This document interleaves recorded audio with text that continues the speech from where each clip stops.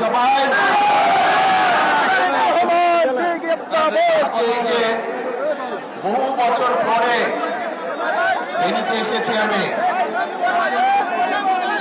আজকে সকালে আমার মিটিংটা ছিল চট্টগ্রামের সাথে আমার একটা আবেগ গণসম্পর্ক রয়েছে। আর ফেনীতে তারপরে মিটিং এ আসলাম, ফেনীর সাথে রয়েছে আমার একটা আত্মীয়তার সম্পর্ক, যেটা নোয়াখালীর সাথে রয়েছে একটা আত্মীয়তার সম্পর্ক।